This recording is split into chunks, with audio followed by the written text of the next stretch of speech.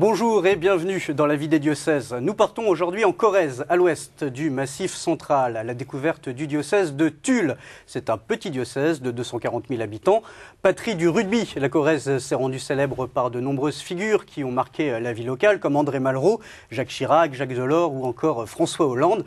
Mais le diocèse de Tulle a aussi donné 3 papes à l'Église, comme Clément VI, Innocent VI et Grégoire XI. Diocèse rural, pauvre en vocation, le diocèse de Tulle est aussi une terre que l'on quitte pour partir en mission. Le plus connu des missionnaires de Corrèze étant le père Sérac, en Inde depuis près de 70 ans. Alors pour parler de ce diocèse de Tulle, avec nous aujourd'hui Monseigneur Bernard Charrier. Bonjour Monseigneur. Bonjour.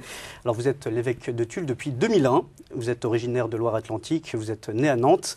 Vous êtes resté dans le département durant 7 ans, notamment auprès des jeunes en tant qu'aumônier de lycée, c'était à La Baule. Puis vous partez ensuite pour Angers, vous enseignez au séminaire. Et puis le 22 janvier 2001, vous êtes nommé évêque de Tulle par le pape Jean-Paul II. Alors la Corrèze, est-ce que c'était un département que vous connaissiez auparavant, Monseigneur? Je ne connaissais pas du tout la Corrèze. J'avais dû la traverser, je pense, pour me rendre en particulier dans le Cantal, à Saint-Flour. Mais vraiment, je n'y avais pas prêté grande intention. Donc ça a été une immersion, une découverte, et je dois dire une heureuse découverte. Au bout de 9 ans, j'espère être un Corrézien d'adoption, comme il en est beaucoup, puisque c'est aussi une terre qui sait accueillir des gens venant de diverses régions de France. Alors, terre du savoir-vivre, hein, on parlait du rugby tout à l'heure. Comment est-ce qu'on s'intègre dans une culture aussi marquée, aussi forte? Alors, c'est vrai que c'est une culture marquée, c'est celle du Limousin, donc la Corrèze, la Haute-Vienne, la Creuse, 3 départements. J'ai eu le bonheur l'année dernière d'administrer le diocèse de Limoges, qui m'a permis de découvrir alors d'autres facettes de ce territoire. La Corrèze, oui, c'est vraiment une terre... on va dire une terre de tradition, marquée fortement par la ruralité. Alors aujourd'hui, évidemment, les populations sont devenues urbaines en grande partie. Néanmoins, cette ruralité est encore une marque importante dans les mentalités et puis dans la géographie. Et je crois qu'on peut dire que la Corrèze est aussi une géographie belle, une géographie verte. C'est un beau poumon quand même pour un pays comme la France. Vous arrivez donc dans un diocèse rural où les chrétiens sont éparpillés, hein, dans tout le département. Comment est-ce que vous allez à la rencontre de ces chrétiens? Qu'est-ce que vous découvrez de ces chrétiens et de leurs attentes? Alors, il y a les chrétiens des villes, et il y a un certain nombre de villes. Donc, c'est Brive, la ville la plus importante en population, en activité économique. La ville de Tulle, avec son bassin, la ville des Glotons. Alors là, on va en direction donc du Puy-de-Dôme. La ville d'Ussel, qui est à la frontière, effectivement, du Puy-de-Dôme et de la Corrèze. Donc il y a des pôles.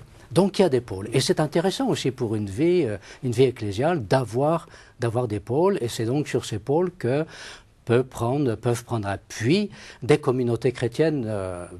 Alors elles disséminées dans un espace rural qui s'est dépeuplé. C'est ça qui est assez extraordinaire quand je passe de village ou de bourg en bourg, c'est d'entendre eh bien, cette diminution très importante de la population en 50 ans, on va dire, hein, alors que ce fut des régions fortement habitées dans le passé.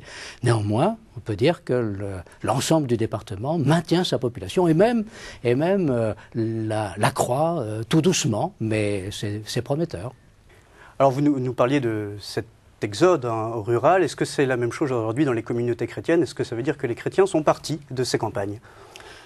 Ça veut dire qu'ils sont moins nombreux que sur l'espace rural. Effectivement, les communautés chrétiennes sont toutes petites, donc notre travail c'est pastoral, c'est d'encourager les rassemblements tout en essayant de garder le bénéfice d'une proximité. Alors c'est ça un peu un des défis d'aujourd'hui. Quel moyen d'être proche tout en stimulant les rassemblements, parce que je sais bien quand même, je l'éprouve souvent, la joie des chrétiens de se rassembler pour un temps festif, pour une célébration qui les réunit en nombre. Mais non moins important, donc, cette préoccupation de faire que même des chrétiens peu nombreux sur un bourg puissent garder quelque chose de la vie chrétienne. La vie chrétienne, il n'y a pas besoin d'être 36 000 personnes pour en vivre quelque chose, en vivre l'essentiel même. L'essentiel, c'est de l'ordre de la foi, c'est de l'ordre d'un lien... D'abord d'un lien personnel pour chacun avec le Christ, un accueil de l'Évangile, et puis ce sont des liens de fraternité. Donc ça doit pouvoir se vivre partout. Mais c'est vrai, je l'ai écrit dans une des lettres pastorales, on ne peut pas vivre toutes les dimensions de la vie chrétienne partout aujourd'hui. Il y a donc effectivement des pôles, et c'est intéressant de ne pas trop les éloigner, c'est vrai, ces pôles-là, mais en même temps qu'il y a des pôles où on peut déployer toutes les dimensions d'une vie chrétienne, il y a aussi des lieux où on doit pouvoir garder quelque chose d'une vie chrétienne, de l'ordre de la prière, de l'ordre par exemple, de la lecture de la parole de Dieu. C'est la raison pour laquelle on a, comme dans bon nombre de diocèses de France, depuis plusieurs années, on distribue largement un livre du Nouveau Testament. Cette année, c'est l'Évangile de Saint Luc. Alors, la double invitation. La première, c'est l'invitation pour chacun à lire l'intégralité de ce texte, parce que c'est toujours une source de découverte. Et puis l'invitation aussi à s'inviter, à se réunir à quelques chrétiens pour un petit programme de lecture, de prière, de méditation, une fois par mois. La vie des communautés chrétiennes dans votre diocèse, on va en parler tout à l'heure, mais ce qui marque aussi dans le diocèse de Tulle, c'est son histoire, son patrimoine. 3 papes corésiens, on le disait tout à l'heure, Clément VI, Innocent VI et Grégoire XI, et 3 saints du diocèse. On va citer Saint-Étienne de Basine, Saint-Pierre du Moulin-Bory, Saint-Dumine. Ce sont des figures encore présentes dans votre diocèse? Alors, les 3 papes... Oui, mais c'est quand même une histoire donc qui remonte au XIVe siècle. Ce qui est intéressant quand même, c'est la période des papes à Avignon. Et c'est au début de cette période, parce que les papes vont rester 60 ans, une soixantaine d'années à Avignon, c'est au début de cette période que le diocèse de Tulle a été créé par une amputation du diocèse de Limoges, qui était un gros diocèse. Ça a été créé en 1317 par le pape Jean XXII. Et donc nos 3 papes corésiens se situent tout au long de ce XIVe siècle. Le dernier, c'est Grégoire XI, d'ailleurs, qui va ramener la papauté à Rome. Alors en ce qui concerne les figures de sainteté, alors vous en avez cité 3. Saint-Étienne d'Aubazine. Saint-Étienne d'Aubazine, c'est le siècle de Saint-Bernard. C'est un moment d'explosion de vie monastique. C'est un fondateur d'abbaye, c'est ça? Alors, il est fondateur d'une abbaye, et même de plusieurs. Il y a 7 abbayes, dont 4 même, qui sont implantées dans le diocèse de Tulle. Alors, il y en a 2 qui ont quasiment disparu, et puis 2 autres qui se trouvent sur le site d'Aubazine, où il y a encore un patrimoine très très riche, avec une superbe abbatiale. Saint-Étienne d'Aubazine. Et puis, vous avez cité Saint-Pierre du Moulin-Bory. Alors ça, c'est une histoire qui nous a profondément marqués.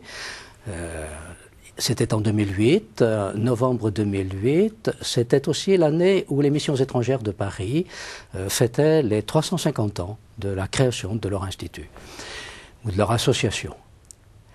Et ce Saint-Pierre du Moulin-Bory était un des prêtres des missions étrangères de Paris, né en 1808, parti donc au Tonkin, à 30 ans nommé évêque un petit peu en catastrophe pour remplacer quelqu'un qui avait disparu ou qui avait été tué. Tout ça se faisait en secret à l'époque. Ça se faisait en secret. Et puis, il va être décapité à l'âge de 30 ans. Il ne va même pas exercer son ministère épiscopal. Très belle figure qui est née en Corrèze. Et alors, chose tout à fait étonnante, dans un rassemblement que nous avons fait, nous avons retrouvé la tunique que portait Saint-Pierre du Moulin-Bory, une tunique intégrale, qui se trouvait d'ailleurs très curieusement à l'archevêché de Poitiers. Et l'archevêque de Poitiers, Monseigneur Rouet, est venu nous rapporter cette belle relique. C'était tout à fait impressionnant dans le cadre d'une large assemblée. Nous étions en grand nombre de voir cette relique qui était vraiment le signe d'une existence et d'une existence donnée. Voilà, vous évoquez ensuite le personnage de Saint-Dumine. Alors là, c'est l'histoire, on ne sait pas trop quoi en dire. Mais ce qui est intéressant, c'est quand même, ça fait partie dans le Limousin de ces figures de sainteté, des figures d'ermites. C'est difficile d'en trouver la trace par l'histoire. Néanmoins, ça dit bien qu'il s'est passé quelque chose dans les premiers siècles, dans les 5e, 6e siècles. Il s'est passé quelque chose de l'ordre de l'évangélisation des campagnes, à travers des figures de saints, d'hommes qui vivaient là de manière... qui vivaient la vie érémitique, donc qui vivaient seuls, avec une vie très très dépouillée, mais une vie authentiquement évangélique. Alors, ce patrimoine aujourd'hui, on imagine que ça peut vous servir aussi dans le cadre de l'évangélisation. Hein. Donc, ce patrimoine d'histoire, mais son patrimoine de pierre aussi, à Brive-la-Gaillarde, Ussel, la cathédrale Notre-Dame de Tulle, Saint-Mathurin ou l'église abbatiale Saint-Pierre en Beaulieu. Aujourd'hui, est-ce que c'est des lieux qui vous servent pour vous dans le cadre de l'évangélisation, de la mission? Alors, oui, ils le servent, parce qu'un certain nombre, par exemple, on a évoqué le site d'Aubazine, où il y a un patrimoine très très beau, très très fort. C'est vrai que là, cette colline d'Aubazine a été habitée, est toujours habitée par une petite communauté monastique de rite oriental. Elle a été habitée par une communauté qui s'appelle la communauté du Verbe de vie, qui a été créée il y a 25 ans sur ce lieu. Hélas, cette communauté va devoir quitter le site d'Aubazine, mais on espère bien qu'il sera. Pour quelle raison? Parce que il y a la difficulté sans doute d'habiter des espaces qui sont lourds. Et puis, alors, il y a eu aussi un changement dans la propriété du site. Et c'est de fait le patriarcat grec melkite, catholique, qui devient propriétaire de ce lieu et qui va essayer aussi de l'habiter. Que dire encore de ce patrimoine? J'ajoute que... Parce qu'il y a des milliers de visiteurs, de touristes qui viennent en Corrèze tous les ans. On peut se dire que c'est un public privilégié, puisqu'ils rentrent dans ces églises, ils rentrent dans ces lieux saints. Le week-end dernier, je me trouvais à Beaulieu-sur-Dordogne. C'est évident que cette superbe abbatiale de Beaulieu-sur-Dordogne, qui est connue pour son tympan merveilleux, c'est un lieu très très visité. On est donc sur les bords de la Dordogne, c'est superbe. On est aux limites du Quercy, donc d'une autre province. Ce sont des lieux de grand tourisme. Et puis, je dois dire que la Corrèze, alors, dispose aussi de tout un patrimoine de petites églises anciennes, de la période romane pour un certain nombre. Je vois l'attachement des populations, l'attachement des municipalités aussi à ce patrimoine. C'est un patrimoine commun, les gens y sont attachés. C'est une grande obligation pour nous aussi, chrétiens, de les faire vivre et de les habiter. Et là, c'est un défi aussi qui nous est posé. On va continuer puisqu'on parle d'histoire. Alors vous êtes aujourd'hui, Monseigneur, en pleine cause de béatification de l'ancien garde des Sceaux français Edmond Michelet, mort en 1970. Edmond Michelet, héros de la résistance, il accueillait à Brive entre autres les juifs allemands persécutés par les nazis. Une résistance active qui le conduit à Dachau dès 1943 pour 20 mois. Edmond Michelet, homme de courage, de culture, de prière, pourrait-il devenir un jour bienheureux, Monseigneur? Écoutez, on y travaille et il y a des gens qui y travaillent avec passion. Des gens sur place, un groupe de la région de Brive notamment. Il y a aussi une commission d'historiens qui se passionnent et qui fait un travail considérable. Il faut savoir qu'il y a quand même il y a un centre Edmond Michelet à Brive qui dispose d'une documentation importante, 70 000 documents. Donc les historiens ont un gros travail d'investigation à faire. Il s'agit dans une cause comme ça, qui est une cause importante, qui me tient à cœur. Mais il s'agit de faire une opération vérité, donc d'aller vérifier beaucoup de choses, et pour finalement voir si, de fait, bien toute la vie de cet homme-là mérite d'être donnée en exemple aux chrétiens d'aujourd'hui. Et en particulier, ce qui m'intéresse, c'est quand même un homme qui a exercé de lourdes responsabilités politiques. Il l'a fait en chrétien. Je trouve que ça, c'est intéressant. Justement, quel témoignage de foi il laisse, Edmond Michelet? Alors, vous l'avez évoqué, c'est le témoignage d'un homme de prière, c'est le témoignage d'un homme de fidélité, c'est le témoignage d'un résistant de la première heure, c'est ça qui me frappe beaucoup. Sa résistance, c'est une résistance aussi au nom de la foi, c'est-à-dire, très tôt, il a dénoncé le paganisme de l'idéologie nazie. Très tôt aussi, il a posé des actes, vous l'avez évoqué, accueillant des réfugiés allemands, accueillant des juifs chez lui, prenant des risques pour cela. Voilà, donc pour moi c'est une figure attachante, c'est une figure forte. Et puis encore, alors il y a toute la période de sa déportation à Dachau, avec le beau livre qu'il en a rendu, La rue de la Liberté. J'ai eu l'occasion de rencontrer au fil des années des gens qui l'ont connu, comme le père Jacques Sommet, qui lui-même a été déporté. Le témoignage qu'ils rendent à Edmond Michelet est impressionnant. Alors la cause a été ouverte en 1976, 6 ans après sa mort. Aujourd'hui, on en est où très rapidement? Est-ce qu'on peut penser que ça puisse se débloquer dans les prochaines années? Alors pour l'instant, donc, l'enquête est dans le diocèse de Tulle. Comme je vous disais, le travail des historiens est un travail long. Je pense que d'ici 1 ou 2 ans, ils devraient achever leur travail et on devrait pouvoir transmettre à Rome l'ensemble du dossier. J'ajoute qu'en décembre prochain, il y aura au Bernardin un colloque sur Edmond Michelet, un colloque d'historiens, parce qu'il y a des points que la commission historique veut retravailler et faire retravailler par des historiens qui sont étrangers à la cause, parce que ce sera un travail donc dans la discipline d'histoire. Ce sera pas du tout de l'ordre d'une conviction à faire passer. Alors, Monseigneur Bernard Charrier, la situation du diocèse de Tulle aujourd'hui au niveau du clergé, 87 prêtres. Pour parler de la situation des prêtres dans votre diocèse, peut-être le meilleur exemple, c'est celui donné par le père Louis Joussaume. Alors le père Louis Joussaume, tout comme son frère d'ailleurs, un prêtre originaire de Vendée, et qui a choisi la Corrèze il y a plus de 40 ans pour vivre son ministère. Vicaire à Brive, puis à Ussel, il a été nommé en 1981 un curé d'Aigleton. Et puis, avec la pénurie de prêtres, en 30 ans, Aigleton est devenu la seule paroisse d'un secteur de 30 communes. Alors la tâche est lourde, mais le père Louis Joussaume, amateur de musique et de chant, parcourt donc inlassablement le territoire. Il n'oublie personne.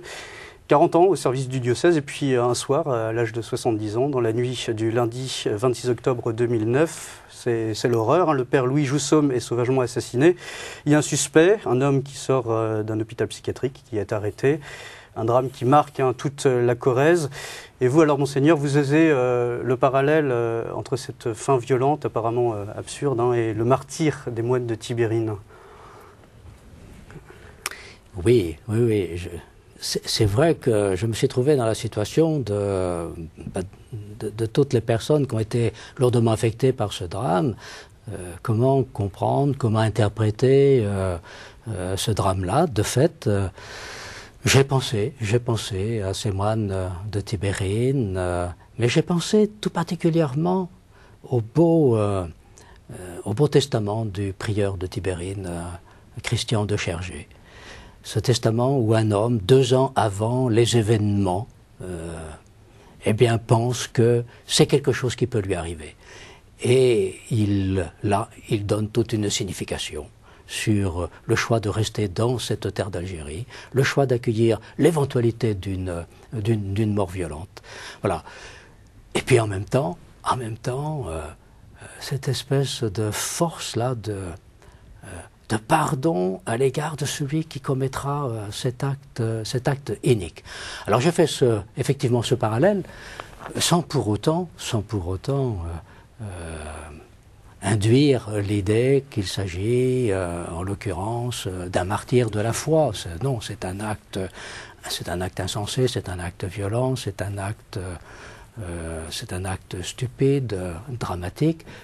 C'est pas en raison de sa foi qu'il a été assassiné. Voilà. Donc le martyr, au sens fort pour les chrétiens, c'est la mort au nom de la foi, pour la profession de la foi. Par exemple, Saint-Pierre du Moulin-Maury, martyr de la foi. Ce qui est interpellant dans cette histoire, dans cette figure du père Joussaume, c'est qu'il a vécu donc 40 ans au service de votre diocèse. Ça c'est donc dans un diocèse en pleine mutation, plus ça allait, plus il avait de responsabilités, plus son territoire s'étendait, et puis seul dans son presbytère à 70 ans. C'est peut-être le quotidien des prêtres aujourd'hui, ça aurait pu peut-être tomber sur quelqu'un d'autre, j'ai envie de dire. Oui, ça c'est vrai, et je vois que ça a profondément marqué le groupe des prêtres à cet égard. Alors je voudrais dire que cette solitude, j'y réfléchis, j'y ai beaucoup réfléchi à cette solitude des prêtres.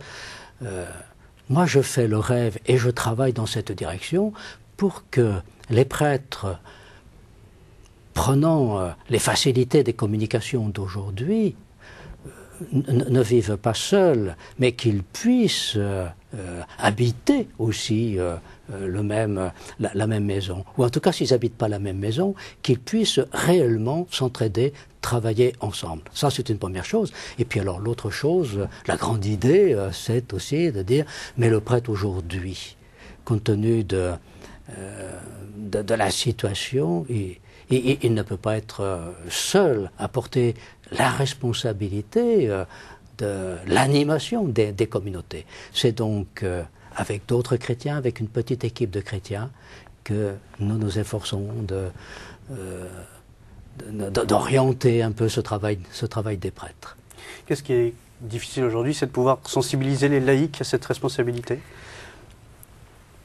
Ils sont bien conscients de leur tâche. Ils sont bien conscients. Je visite toute cette année, qui est l'année sacerdotale, je visite les 8 doyennés de mon diocèse. Je passe un week-end dans chaque doyenné avec cette question, mais ce ministère des prêtres, là, c'est important pour vous, en quoi il est important, et puis comment les prêtres le vivent aujourd'hui, et puis vous qui apportez votre collaboration, qu'est-ce que ça vous fait devenir, quelle croyance ça vous fait devenir, quel chrétien vous devenez dans ces collaborations. Moi, je m'aperçois que les gens sont heureux de donner de leur temps, de donner de leur savoir-faire, de travailler ensemble, et de travailler ensemble avec des prêtres.